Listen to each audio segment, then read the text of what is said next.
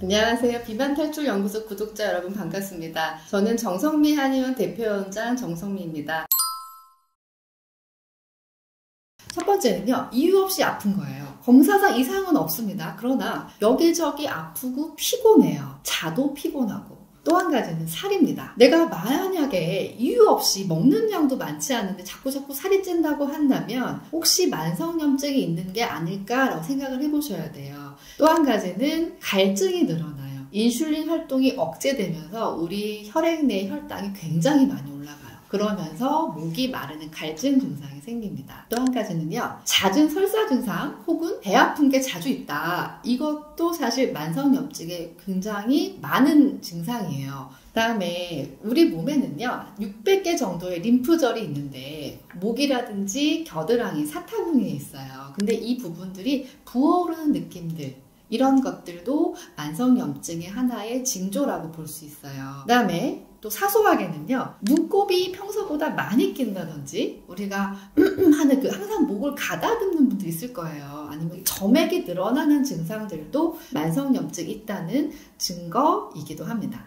염증은요, 한자로 불, 화자 두 개가 염자거든요. 그러니까 몸속에 불이 난 상태예요. 그런데 이 염증이 급성과 만성이 있는데요. 사실 급성염증은 좋은 염증이에요. 우리 몸에 세균이라든지 바이러스라든지 독소가 침입해 들어오면 우리 몸의 면역세포가 싸우게 되면서 염증 반응이 일어나요. 그러니까 적이 침입해서 전쟁을 하는 상황이라고 보시면 되거든요. 그런데 문제는 만성염증이겠죠. 만성염증은요, 말 그대로 만성적으로 염증 상태에 있는 거예요. 적이 침입한 게 아니라 우리 안에서 내란이 일어나는 상황이라고 보시면 돼요. 외부에서 침입한 병균이 없는 상태에서 면역세포가 지속적으로 활성화돼서 사이토카인 같은 강력한 염증 유발 물질을 생성해서 우리 몸에 염증 반응을 일으키는 겁니다. 그리고 곧 겨울철이 오는데요. 사실 겨울철은 우리가 체온을 유지하기 위해서 이 체지방을 연소시키는 어떤 대사가 여름보다 10에서 15% 정도 늘거든요. 겨울철에는 이 어떤 노폐물 배출이나 지방 연소 배출이 더 원활하기 때문에 이 만성염증을 줄일 수 있는 최적의 시기가 겨울이에요.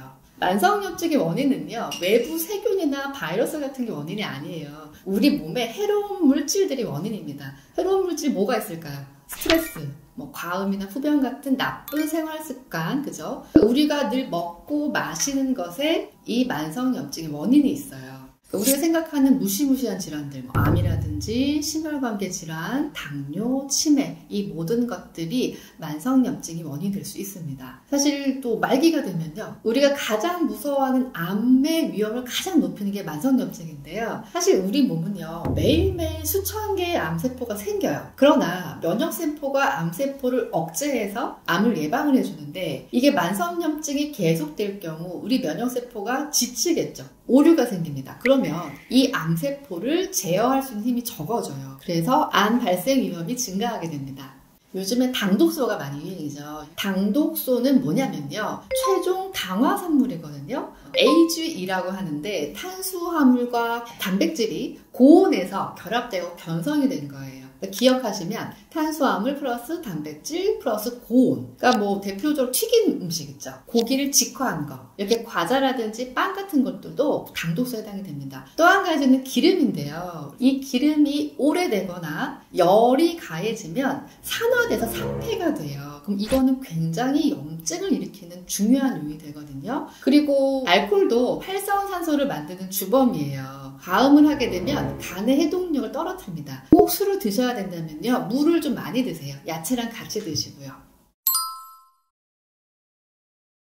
환자분들이 그래요. 이거 염증을 없애서 소염제를 먹어야 되나? 이렇게 얘기를 하시는데 사실 그렇지 않고요. 우리 음식 중에서 천연, 항염, 소염, 항산화를 하는 음식들이 굉장히 많이 있어요. 마늘, 생강, 양파, 이런 것들도 대표적인 항염 음식이고요. 계피라든지 강황, 카레에 쓰이는 거, 이런 것들도 항염 작용이 많습니다. 그 다음에 오메가3요. 고등어 구이 드시면 될 것 같아요. 멸치볶음 드시면 됩니다. 녹색 채소도 굉장히 좋은데요. 그럼 녹색 나물 드시면 되겠죠. 쌈채소 같은 거. 그다음에 견과류 챙겨 드시면 이것도 항염에 도움이 됩니다. 그 다음에 베리류가 굉장히 좋은데요. 딸기, 블루베리, 라즈베리, 포도, 특히 포도는요 껍질 안에 레스베라트롤 성분이라는 게 있어요. 이가 항산화, 항염작용이 굉장히 탁월하다고 요즘 최근에 연구 보고가 있었습니다. 사실 제가 먹는 것 중에 하나 소개를 해드리면요, 마늘 꿀 절임을 한번 해보세요. 만드는 방법도 굉장히 간단합니다. 마늘하고 꿀을요 1:1 비율로 섞으세요. 근데 이게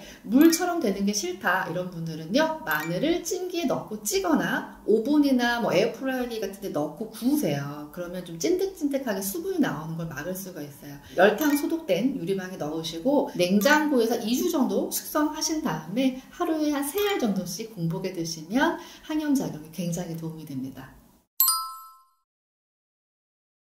자, 그래서 첫 번째 권해드릴 거, 땀나는 숨차는 운동을 해라입니다. 땀과 림프액으로 우리 염증 물질을 많이 배출시킬 수 있어요. 청소하는 작업입니다. 땀이 나게 운동해주시면 좋을 것 같아요. 또 한 가지는 식후에 바로 움직여주세요. 걷기 같은 가벼운 운동을 해주면요, 그 혈당이 지방으로 저장되는 것들을 막고 살이 덜 찐 에너지도 소비되는 방법이 되겠죠. 그 다음에 뼈를 쓰는 야외 운동도 되게 좋아요. 비타민 D 부족하면 면역도 떨어지잖아요. 자외선에는 살균력도 있고 면역력도 높여주고 우울증 예방에도 좋습니다. 오래 앉아있지 않는 것도 중요합니다. 의자병이라고 있어요. 오래 앉아있는 것 자체가 만성염증을 유발시킨다는 연구 결과가 굉장히 많습니다. 앉아있는 시간을 30분 이내로 줄이시고요. 적어도 1시간마다 한 번씩 5분 정도 서서 움직여주세요.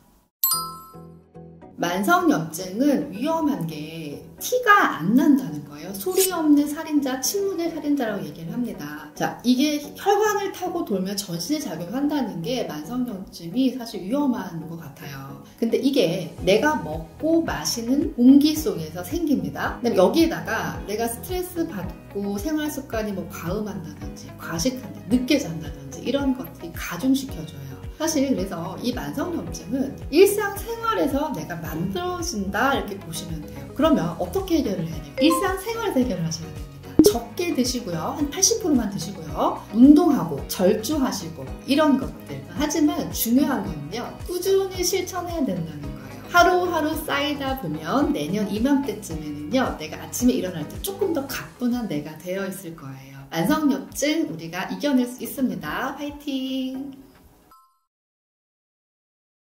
사실 그 중년들, 특히 아주머니들 특징이 있으세요. 냉장고에 보면 즙이, 각종 즙이 많아요. 과일즙, 야채즙, 가방에도 심지어 많이 갖고 다니시거든요. 하나씩은 다 있으세요. 근데 사실 그 중에서 과일 주스는요, 과당이 굉장히 많아서 이게 혈당을 급격하게 올려버리거든요. 이러면 인슐린 분비를 증가시켜서 우리가 당뇨라든지 비만의 위험이 높아집니다. 또 한 가지는 흰 가루 음식이에요. 우리가 가장 대표적인 정제탄수화물, 뭐 밀가루, 쌀가루, 하얀 설탕, 이런 하얀 가루 음식들이 정제하는 과정에서 섬유질은 사라지고 탄수화물이나 녹말만 남은 거거든요. 이런 정제 탄수화물이랑 설탕 같은 것들은 혈당을 급격하게 올려요. 그러면 인슐린 분비를 과도하게 만들어서 인슐린 저항성도 생기고 그렇습니다. 아침은 사실 오랫동안 공복 상태예요. 근데 이때 공복 상태가 길인데 빵이라든지 뭐 밀가루 같은 뭐 백미 같은 정제 탄수화물이 들어간다면 혈당을 급격하게 올리게 되어 있습니다. 통곡물이나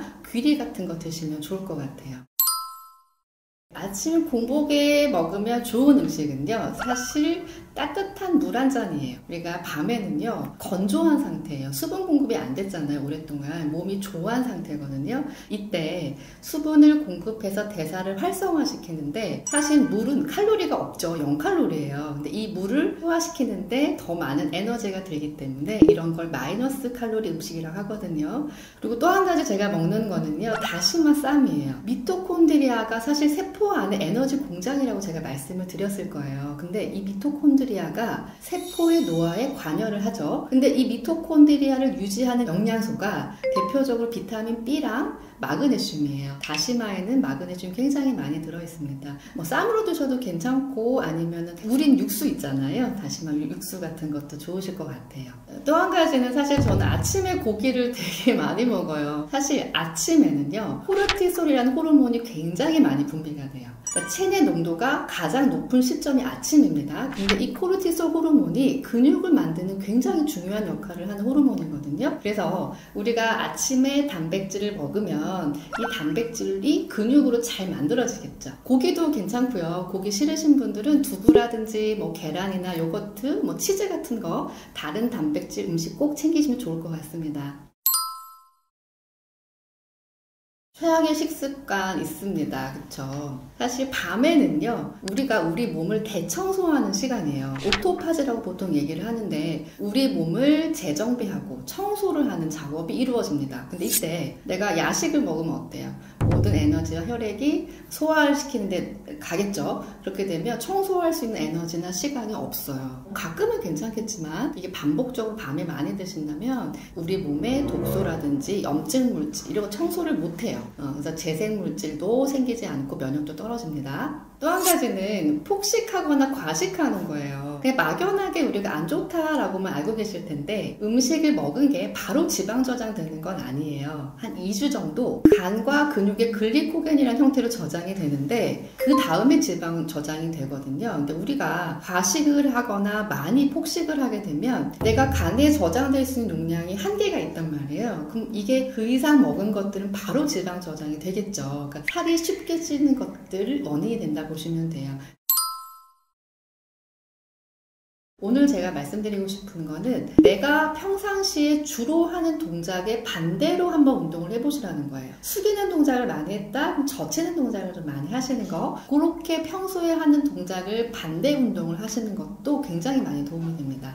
사실 어깨나 허리는 스스로 풀기가 굉장히 힘들지만 전완근이나 종아리는 내 힘으로 혼자도 할 수 있거든요. 이런 부분들을 잘 풀어도 어깨, 허리 통증이 많이 줄어듭니다. 이 손가락, 발가락을 꽉 쥐었다 피는 동작도 굉장히 간단하지만 도움이 돼요. 순환에도 도움이 되고 말초에는 노폐물이 잘 쌓이기 쉽기 때문에 말초 혈액순환에도 도움이 되는 동작입니다. 자, 그리고 또 한 가지는요. 우리 몸에는 림프절이라는 게 있어요. 한 600개 정도 있거든요. 근데 얘의 역할이 쓰레기통이에요. 이 쓰레기통이 많은 부위가 목과 애과, 그다음에 서해부거든요. 여기를 마사지 해주시면 됩니다. 림프절은요. 깊이 누르면 도망가요. 그러니까 요령이 꾹꾹꾹 누르시는 게 아니고요. 굉장히 부드럽게 쓸어주듯이 목 같은데, 그다음 애과, 서해부에 우리 몸에 쓰레기통이 존재를 한다. 거길 수시로 비워주는 것도 건강에 도움이 될 것 같습니다.